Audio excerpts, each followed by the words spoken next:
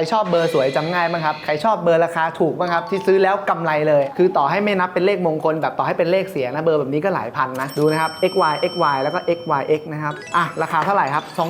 2,999 บาทพวกนี้ทำอาชีพอะไรได้บ้างนะครับเกี่ยวกับของสวยงามความคิดสร้างสรรค์นี่คือได้อยู่แล้วนะครับแล้วเลขพวกนี้มีเซนส์ด้วยเลขพวกนี้ผู้ใหญ่เมตตาด้วยเก็บเงินอยู่ด้วยตรงตามตำรานะครับเปิดเสน่ห์ปิดสติแล้วก็ได้เรื่องโชคลาภนิดหน่อยด้วยนะมงคล7หลักแบบนี้นะครับวันนี้อยากจัดโปรมาเท่าไหร่ดี